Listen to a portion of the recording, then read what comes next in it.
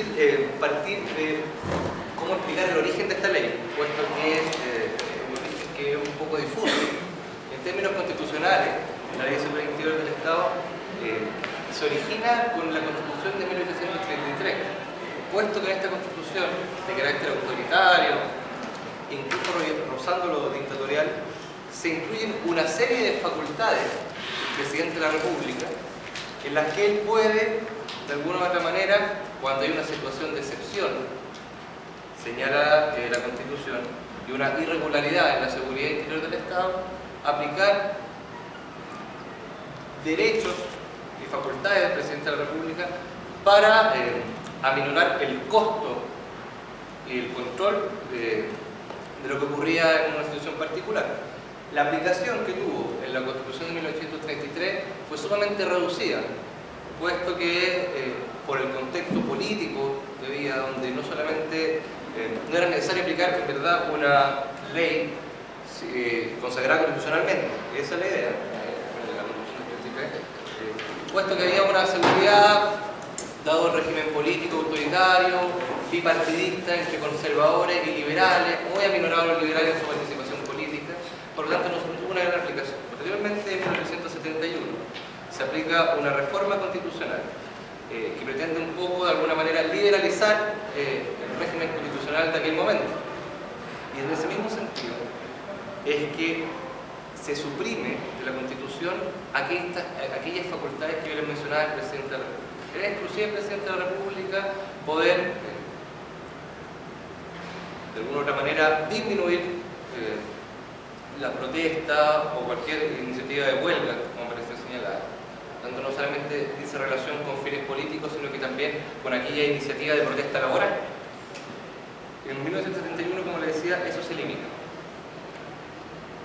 A lo largo, después de lo que dura esta Constitución, no hubo ninguna aplicación más hasta 1925, que se dicta la nueva Constitución.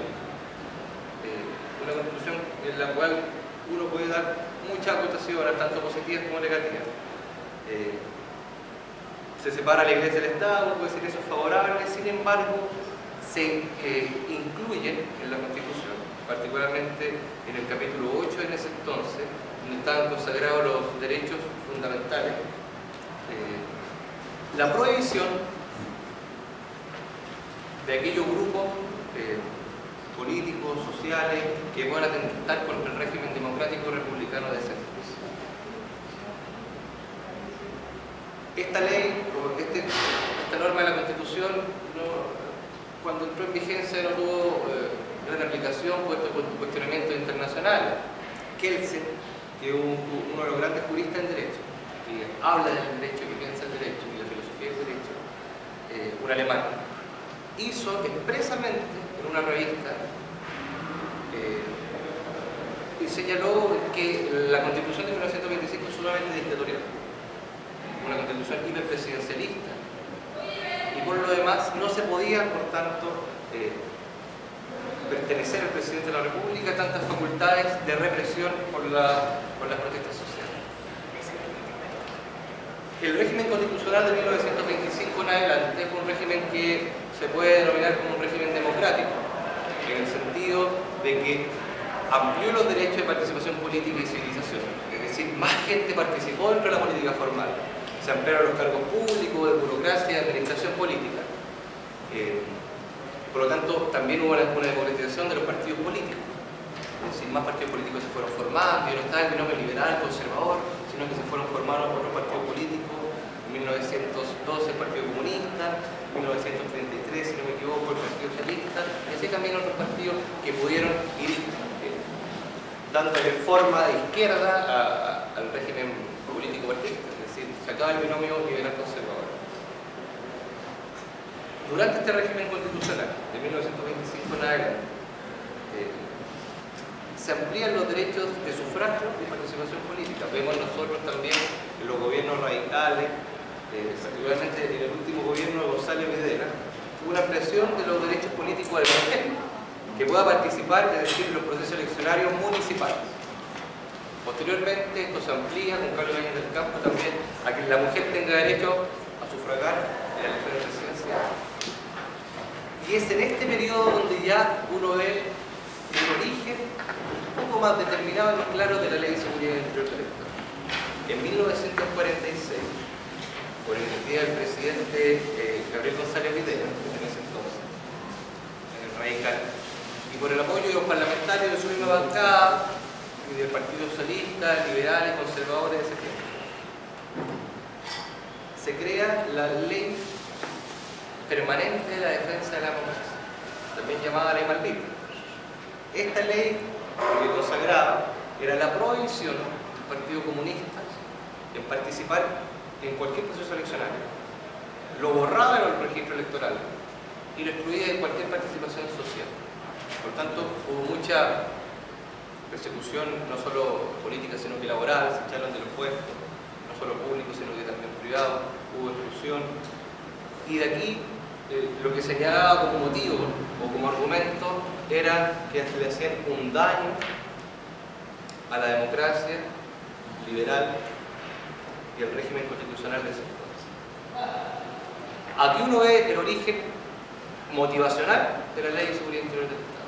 Hoy día no se prohíbe el Partido Comunista, sino que se le prohíbe a cualquier movimiento, a cualquier situación que participe de alguna situación controvertida para la República, el derecho a manifestarse. Y se le aplica esta ley que viola y conculca los derechos fundamentales. Aquí uno vemos ya en 1946 un origen más claro de lo que sería la Ley de Seguridad Interior del Estado, la Ley Maldita o Ley Permanente de Defensa de la Democracia.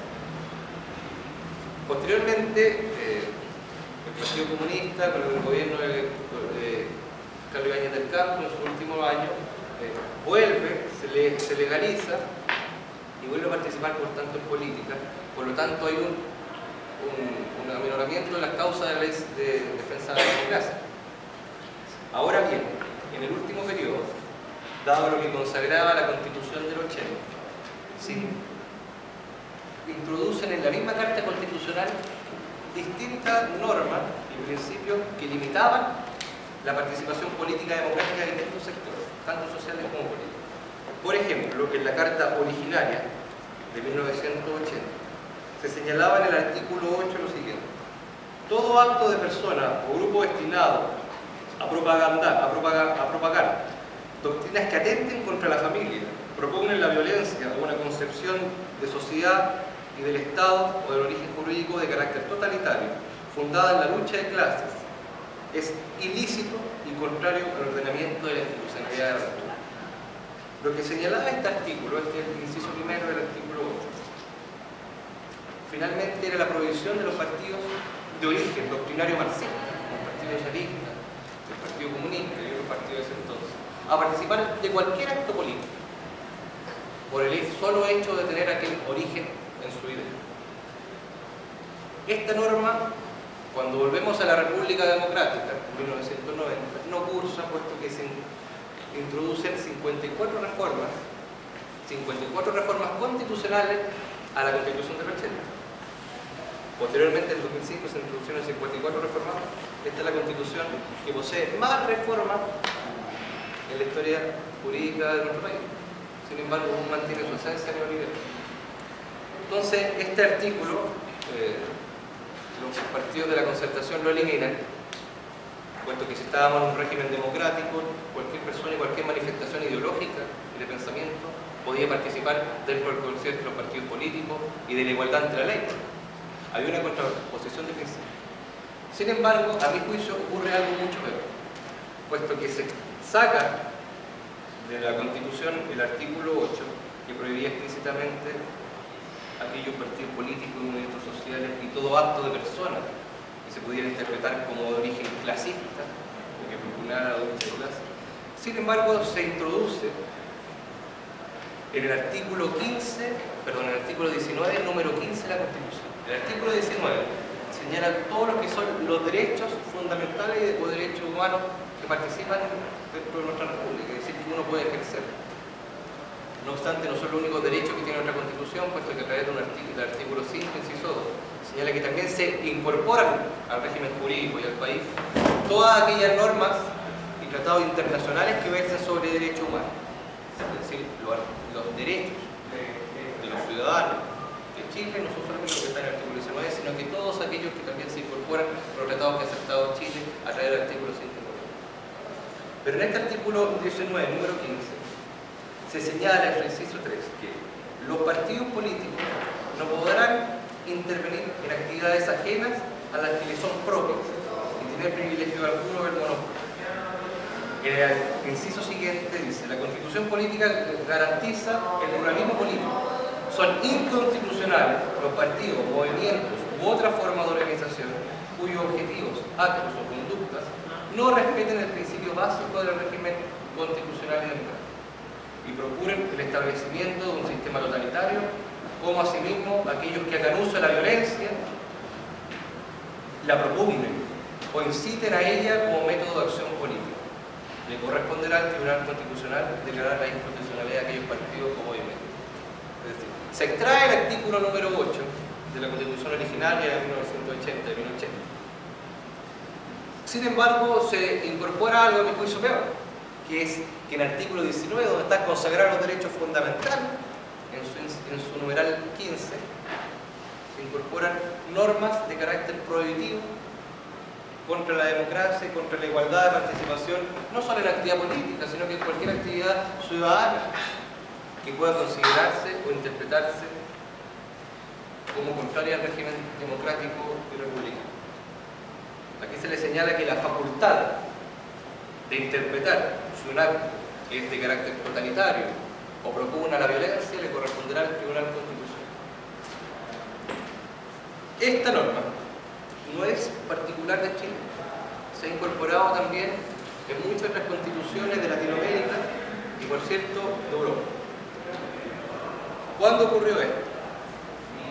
Desde 1990, que entramos en un régimen semidemocrático, con una constitución y se abre el Parlamento, la participación política y el sufragio, podemos caracterizarlo como una república de carácter neoliberal.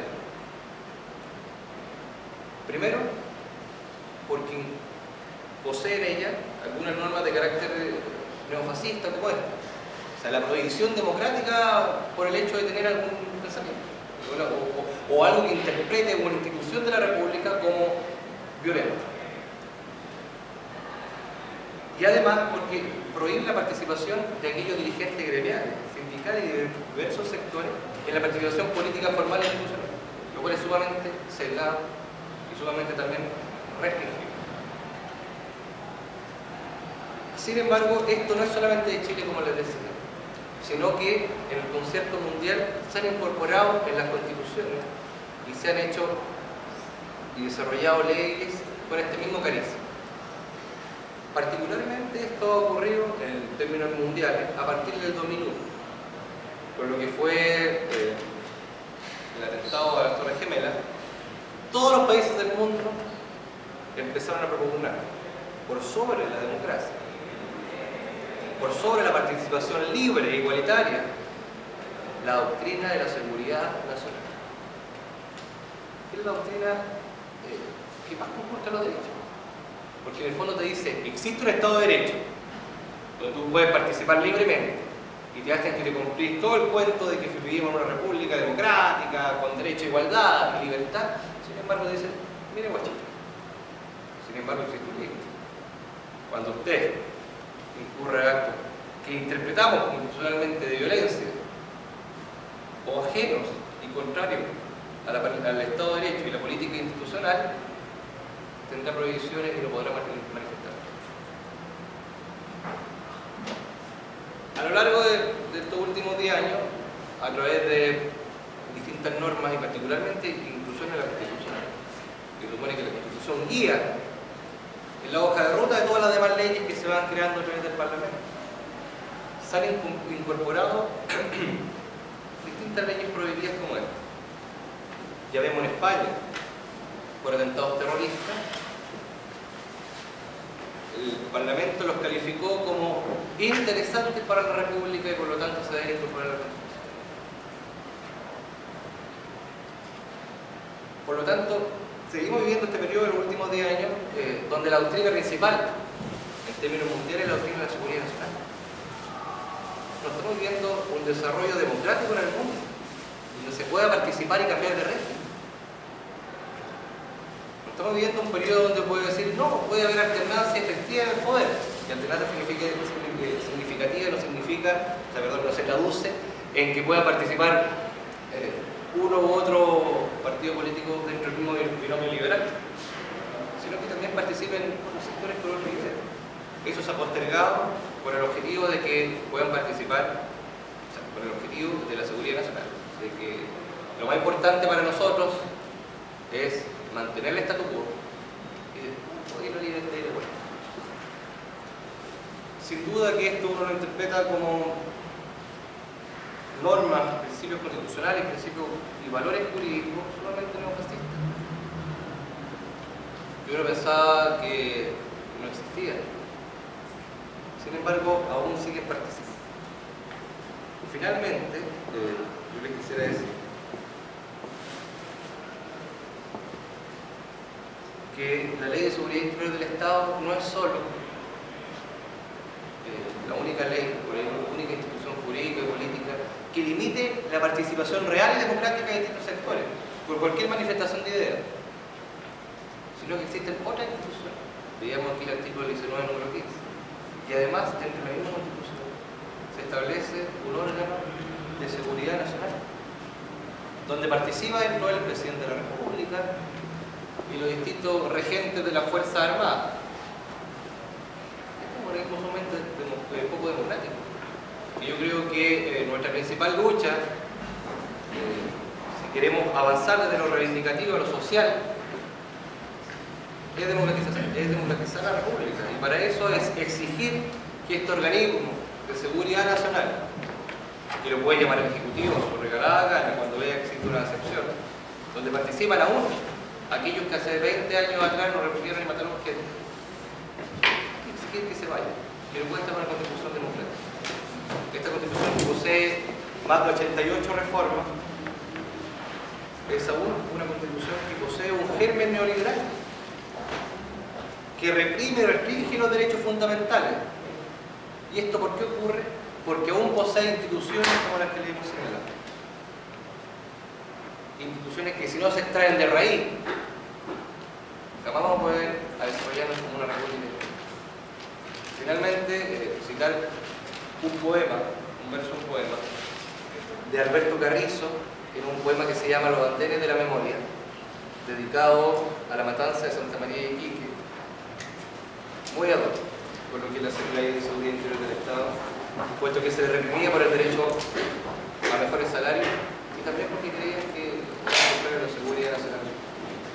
El último verso, y yo creo que debe ser el mensaje más hermoso que podría tener cualquier constitución y cualquier ley democrática, lo señala en su última línea, y dice así: por eso asómbrate, criatura de la presente hora, y mira y contempla, y cada vez que descubras un nuevo mundo, recuerda que la dignidad ya está viva. Muchas gracias.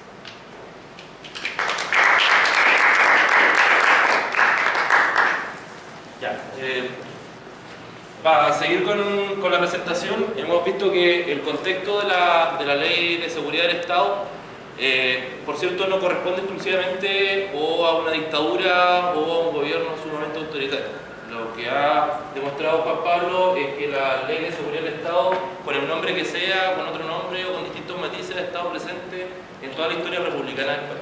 Esta idea de defenderse de aquellos que quieran levantarse en contra del régimen establecido, sea cual sea. Han aplicado conservadores, liberales, radicales, socialistas, milicos, civiles, pero siempre ha estado presente ese componente que pareciera ser, a lo largo de la historia incluso del mundo, una cuestión casi subyacente a la existencia del Estado. El Estado se defiende de los que quieran pitearse al Estado, pitearse a los que están a cargo del Estado. Esa es la esencia de la. Me toca entrar ahora en detalle de esto, o sea, para que lo llevemos como a tierra. La Ley de Seguridad del Estado es esta, ¿cachai? Son 40 artículos que dicen mucho menos de lo que el común de la gente cree que dicen, que entregan quizás menos facultades de lo que pareciera entregar, pero que precisamente en ello radica su gracia, su solo nombre, su sola invocación, como bien lo decían los dirigentes de Aysén, provoca miedo, provoca convertir a la dueña de casa, provoca convertir al dirigente sindical en las palabras de Iván Fuentes, es un insurrecto.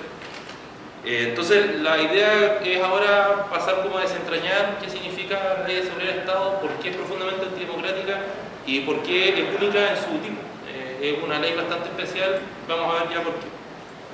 Si me permiten la patudez, el derecho penal, que es en lo que se inserta esta cuestión, en esencia es que para todo X que haga Y se aplica Z, ¿cachai? Eso es el derecho penal, ¿cachai? Para toda persona que cometa un hecho prohibido o sancionado por la ley, se le aplicará una condena, una sanción Z. Eso es la esencia del derecho penal. En el derecho penal moderno hemos desarrollado la idea de que ese hecho ilícito se determina democráticamente y se aplica para todos por igual. Y en particular en el derecho penal, esa Y responde a los bienes jurídicos o a los valores más importantes de una sociedad. En este caso y en ese orden, propiedad, vida, la integridad sexual, el derecho a la libre circulación, el derecho a mi integridad física, etcétera, etcétera, etcétera, etcétera. Lo curioso de esta ley de seguridad del Estado es que, a diferencia de estos delitos que se aplican a todos por igual, etcétera, etcétera, y que cualquiera puede ir al Ministerio Público, denunciarlo o poner una querella para perseguir que ese delito sea condenado, en este caso, los delitos que están contenidos en esta ley son de exclusiva atribución del Ministerio del Interior y de algunas otras autoridades en casos excepcionales que lo vamos a dejar al margen de momento. Eso demuestra que la aplicación de esta ley, que no existe otra en su tipo, este tema de que solamente la autoridad pueda invocar la comisión de un delito, está revestida de un carácter absolutamente político. Uno puede decir, bueno, todas las leyes tienen un carácter político, etcétera, etcétera, pero esta quizás es de las más evidentes. Y es más evidente aún porque dentro de esta ley están contenidos delitos que ya están contenidos en la ley común y ordinaria que se encuentra en el Código Penal. Un claro ejemplo son los desórdenes públicos. El artículo 269, que es el común y corriente por el que se llevan al 80% de los cabros detenidos en las marchas, señala que el que cometa desorden público alterando la vida normal en la sociedad, le corresponde una sanción que más o menos va entre los 60 y 541 días de cana. Sin embargo, esta ley lo que hace es, mediando el criterio del ministro del Interior de turno, del Poder Ejecutivo, del gobierno de turno, es que esos desórdenes públicos ya no son meritorios de 541 días, sino que son meritorios de hasta 5 años. Eso es, en esencia, la ley de seguridad del Estado. Es tomar situaciones que o son delitos en la legislación ordinaria y convertirlas en delitos aún más graves, o derechamente crear delitos que no están en la legislación ordinaria y que son delitos que van a ser solamente perseguidos cuando el gobierno así lo decide. Y de verdad cuando así lo decide. O sea, yo puedo hoy en día pararme afuera de la calle, prenderle fuego a la bandera de Chile y puede que no me pase nada. Pero mañana, en el contexto de una protesta, puedo agarrar mi bandera de Chile, prenderle fuego y al día siguiente aparece Rodrigo Finpeter poniéndome una querella por ley de seguridad del Estado por el artículo 6, número A de la ley de seguridad del Estado. Y eso me va a meritar de inmediato un delito grave que puede importarme hasta 5 años, no solo de presidio, sino que puede ser incluso de relegación, que significa la expulsión del país o trasladarme de un lugar del país a otro punto del país. Entonces, la cuestión es bastante dramática. Para verlo en casos prácticos, esta ley no es de una aplicación excesiva como pareciera creerse o pareciera verse en este último tiempo. Se aplicó muchísimo en dictadura. Fue un baluarte de la dictadura para perseguir gente, sobre todo después de las reformas que se le hicieron entre el 74 y el 79. Sobre todo esas reformas apuntaron al capítulo de orden público. Pero en democracia es donde ha tenido sus aplicaciones más escandalosas. Entre el 95 y el 2000, por ejemplo, la Concertación aplicó la ley 6 veces, 6 o 7 veces. De esas 6 o 7 veces, 5 fueron dirigidas contra dirigentes mapuches. Para hacerse más o menos una idea de para qué se ocupa la ley de seguridad del Estado. Y para darle la razón precisamente a Juan Pablo de que se ocupa precisamente en esta doctrina loca y solamente propia de los que tienen el poder de perseguir a los que quieren generar un cambio o declararse distintos dentro del mismo Estado a los que pertenecen. Otras aplicaciones que merecieron prensa, qué sé yo, el caso de Gendarmería, en el año 2009, los gendarmes que no sé si estaban yendo a paro, etcétera, etcétera, Ley de Seguridad del Estado, porque hay un artículo que incluye que los funcionarios armados, etcétera, etcétera, no pueden irse a paro, no pueden desobedecer órdenes, etcétera, etcétera.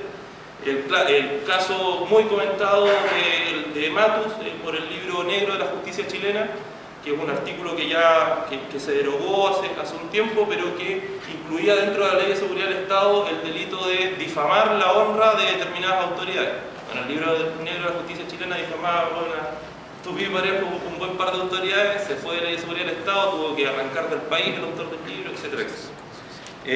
Hay un caso que involucra, por ejemplo, en el año 94, que es un caso bastante famoso porque fue impulsado por el mismísimo dictador Pinochet, en ese tiempo senador vitalicio, que fue conducido contra el militante socialista y expresidente de nuestra federación, conocido como el Negro Ríos, no recuerdo el nombre, que precisamente fue perseguido por haber dicho quizás qué cosas en contra de Pinocho. Entonces también Ley de Seguridad del Estado, tuvo que comerse 541 días de presidio y hizo noticia este caso porque el año 99 él se presenta a votar y empieza a haber cumplido su condena, etcétera, etcétera, con todo lo ilegítimo que nos parece eso.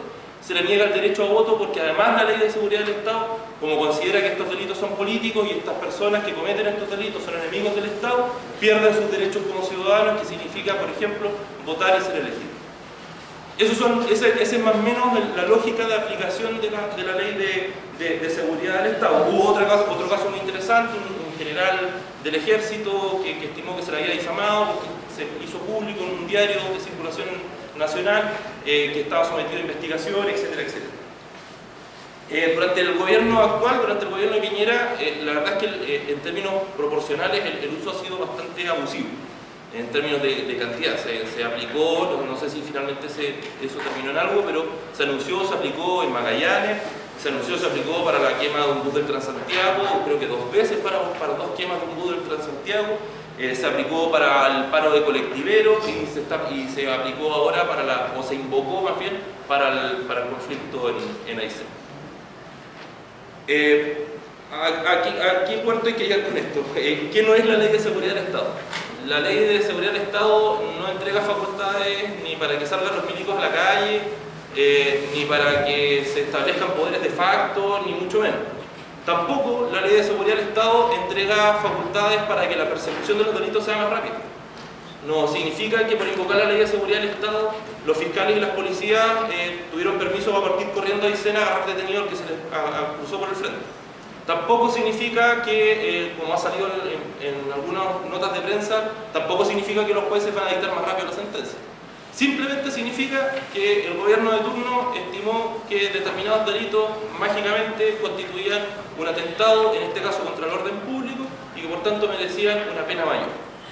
Es pega del Poder Judicial, del juez al que le tocó, en este caso en el de Aysén, al juez de letras y garantía de Aysén, determinar si está probado que esas personas participaron, si corresponde que se le aplique esa sanción, etcétera, etcétera, etcétera. Pero en simple, la Ley de Seguridad del Estado no es más que eso sin querer simplificar. Es una herramienta profundamente antidemocrática en manos de un poder totalmente descontrolado como es en Chile la Presidencia de la República, el Poder Ejecutivo, para perseguir situaciones de alteración del orden público, de seguridad exterior del Estado, que la verdad nunca se ha aplicado, y de seguridad interior del Estado. Incluye esos tres acápites, por eso muchas veces se dice se va a aplicar la Ley de Seguridad Interior del Estado. No, es la Ley de Seguridad del Estado que incluye exterior, interior y orden público. Esa es más o menos un paneo general. Hice como el cálculo para que tuvieran una idea. En el caso de Aysén, para verlo como en cifras, en el caso de Aysén la querella invoca el artículo 6, letras A, C y D de la Ley de Seguridad del Estado, que es la que tengo acá.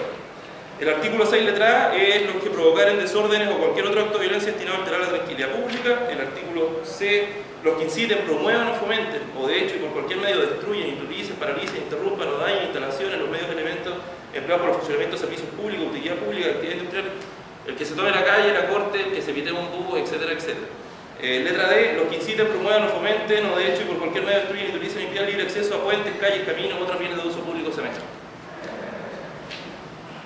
La primera de esas letras, la letra A, que es la cuestión de la violencia, los desórdenes públicos, etcétera, etcétera, les había dicho en un principio que acarrea la sanción de reclusión menor en su grado mínimo, son 61 a 540 días. Por el solo hecho de haber invocado esta ley, el juez ahora tiene que considerar aplicarle a esas personas, a esas 22 dueñas de casa, dirigentes sindicales, etcétera, etcétera, 5 años de presidio, reclusión, etcétera, etcétera, como pena máxima. Por los otros dos numerales, que no tienen un delito, no se puede hacer la comparación porque son delitos que no existen exactamente en la legislación ordinaria. Pero ya vimos que es la quema del búho o la cuestión que uno dice, en realidad no son hechos que estén subvirtiendo el orden interior o que estén llevando un golpe o una revolución. Se quemó el búho, nomás un par de 5 capuchas, no se está dando un golpe de Estado. Bueno, por ese hecho, que en este caso es el equivalente, me imagino, a la quema del Buc y del Guanaco en Aysén, etcétera, etcétera, 20 años de prisión. Esa es la dimensión de la ley de seguridad del Estado. Esa es la gravedad precisamente, es justamente la dimensión de la pena a la que hay que llamar la atención. ¿Sí? En torno a eso se centra la discusión. Y precisamente eso me lleva, para terminar, hay un teórico en el campo del derecho penal que se ocupa mucho para estos temas, que es Günter Jacobs, que es muy interesante. Nunca se va a saber a ciencia exacta si lo propuso con esa intención o no, pero él postuló el derecho penal del enemigo. Él planteó que en determinadas personas, bajo determinadas circunstancias, no merecen estar dentro de la categoría de X que les dije al principio, sino que son una especie de X1, no son un ciudadano común y corriente, porque se organizan, porque premeditan, porque se preparan, etcétera, etcétera, para cometer el delito. Es decir, caso típico, el terrorismo. A esas personas no se les puede aplicar, plantea esta teoría, el mismo régimen penal, las mismas sanciones, el mismo tipo de persecución incluso, que a la persona promedio que va y roba una gallina, a la persona promedio que va a choque y mata a otra persona a consecuencia del choque, etcétera, etcétera. Otras categorías de ciudadanos no pueden ser tratados como ciudadanos, tienen que ser perseguidos de otra forma. Precisamente una de las características de este derecho penal del enemigo, entre otras muchas cosas, como por ejemplo la posibilidad de hacer más rápido los procesos, de incluir testigos protegidos, como ocurre con la ley antiterrorista, etcétera, etcétera, etcétera, es la dimensión de la pena. Esta convicción de que estas personas tienen que estar encerradas porque son un peligro para la sobrevivencia del Estado. Eso no es otra cosa que derecho penal del enemigo. Y cuando Ginspeter o cualquier otro ministro del Interior invoca la ley de seguridad del Estado, lo que está haciendo, y bien se ha dicho en varios medios de prensa, es declarar la guerra y declarar como enemigo a la persona contra quien está invocando esa ley de seguridad del Estado. Eso es, en esencia, el tema de este panel. Esa es la idea, y ojalá que en base a eso como lo puedan dimensionar. Eso, no sé si hay como preguntas o dudas. Sí, ¿qué otras herramientas represivas, tales como esta, Ley de Seguridad Interior del Estado o Ley Antiterrorista, dispone el Ejecutivo o el Estado en sí, con sus representantes, para controlar las acciones dentro del Estado? ¿Y qué herramientas jurídicas existen como para frenarlas, para desautorizarlas? ¿O qué poderes, por ejemplo, el Parlamento, si tiene algún poder de desautorizar el uso de este tipo de herramientas? Una muy buena pregunta, voy a partir por el final. Después, es curioso, precisamente por los que se visten de santos ahora que está Piñera al gobierno, porque esta ley no es ninguna ley de quórum calificado. Quórum calificado es cuando una ley necesita más del simple 50% más uno. Esta ley es una ley de quórum simple. Vale decir, teniendo la mayoría de las dos cámaras, esta ley se modifica, se deroga, se hace lo que se quiere. Pues. Sin embargo, nunca se modifica. Entonces sí, está el poder en el Congreso para modificarla como con cualquier otra ley, y de hecho es fácil de modificar comparándola con cualquier otra ley, porque es una ley de quórum simple que puede modificarse no de un día para otro, pero es de simple modificación, y eso sin embargo no se hizo. Respecto a esa parte. Bueno, otras normas, instituciones jurídicas que regulan estos mismos temas, como bien decía Juan Carlos, que atentan la democracia profundamente y que la gravedad de su pena, de la sanción en la que esto incurre, es sumamente problemática y bastante criticable, son los que mencionamos, por ejemplo, como el Consejo de Seguridad Nacional. El artículo 106 de la Constitución señalada esta institución neofascista media rara que uno no sabe de dónde viene, por qué todavía está, si estamos en un sistema de democracia. El Consejo de Seguridad Nacional, señala el artículo 206, participarán dentro de este el presidente de la República, quien lo va a convocar, y los distintos regentes de las Fuerzas Armadas, ¿cierto? Dice aquí, participa el jefe de Estado, el presidente del Senado, de la Cámara de Diputados, la Corte Suprema, los comandantes jefes de las Fuerzas Armadas, el general y director de Carabineros. O sea, y el objetivo del Consejo de Seguridad Nacional es, aquí lo dice la Constitución, asesorar al presidente en aquellas situaciones que puedan atentar contra el régimen normal de Estado de Derecho. Es decir, el presidente de la República es asesorado por aquellas personas que no son democráticas. Ahí hay un problema controvertido. ¿Cómo va a asesorar a alguien una política pública en un momento de excepción constitucional? Alguien que no es partícipe del régimen cívico de elección popular y de sufragio. Y aquí se aplica efectivamente, este Consejo tiene la capacidad de aplicar a través de unos foros determinados que tiene para sesionar y tomar algunas determinaciones y definiciones, la aplicación de distintas normas de carácter prohibitivo contra los derechos fundamentales.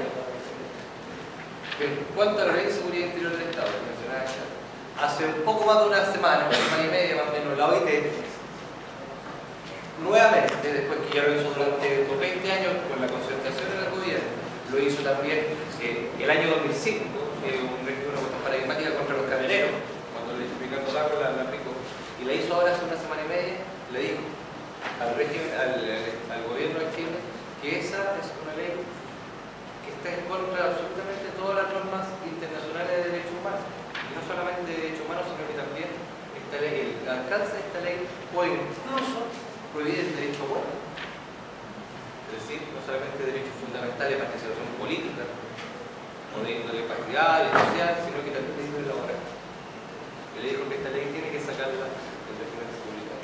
Finalmente, además de la Organización de Seguridad Nacional, la ley antiterrorista, podríamos mencionar, y lo que señalamos el artículo 19, número 15, cuando se le prohíbe a distintos partidos políticos, movimientos sociales o cualquier otro acto de persona que se interprete como un hecho violento o que atente contra la seguridad nacional.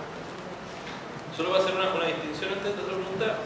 Aún así, la ley de seguridad del Estado sigue siendo única en su género porque, por ejemplo, la ley antiterrorista no contempla este mecanismo de que es el Ministerio del Interior el que inicia el proceso para que se persiga el delito determinado. En la ley antiterrorista puedo ir yo o tú a denunciar un delito terrorista y se inicia el proceso como cualquier otro delito.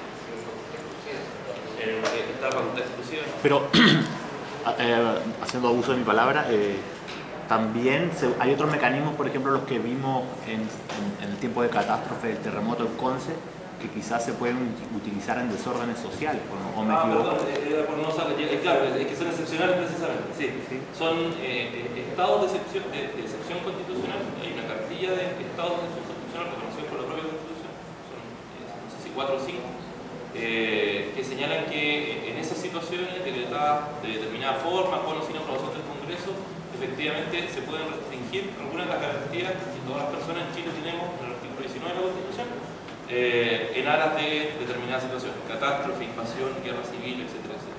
Esas libertades son que se privan la libertad de reunión, de circulación, de expresión, etcétera, etcétera, etcétera. Sí, claro, eso está y tiene un mecanismo de aplicación y todo, pero salvo el tema del terremoto, es muy excepcional. O sea, yo no lo... Si bien existe y todo, y me parece bien la pregunta, no está dentro del campo del desenvolvimiento normal de la represión cotidiana. Una cuestión que esté en boga que en ese momento se podría haber llegado a evitar un estado de asamblea. Claro, que exige también dentro de eso, o sea, principalmente dentro de los estados de excepción son por catástrofe natural o cosas así, y también por catástrofe de tipo social. Por ejemplo, ahí está el estado de emergencia. Cuando se crea una catástrofe social que pueda afectar el orden público, el presidente de la República designará a un jefe de defensa nacional.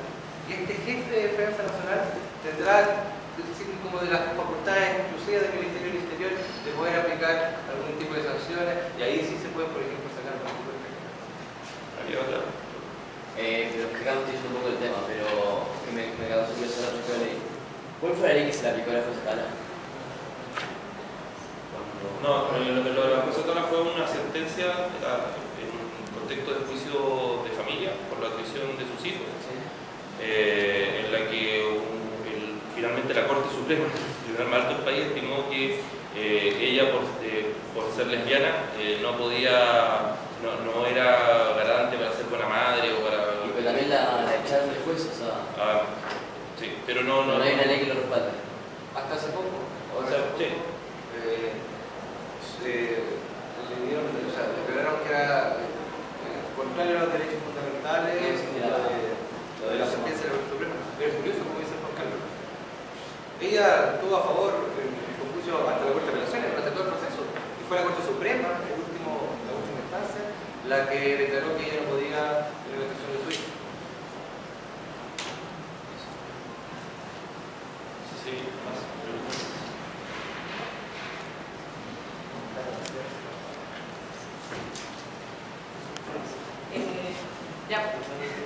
Ya, entonces, si no hay más preguntas, chiquillos, ojalá le haya quedado bastante claro lo que es la ley, lo que se puede, lo que no se puede hacer y lo que está sucediendo también más allá de ser. Y eso, darle gracias también a los chiquillos de Derecho que nos vinieron acá a explicar bien cómo era.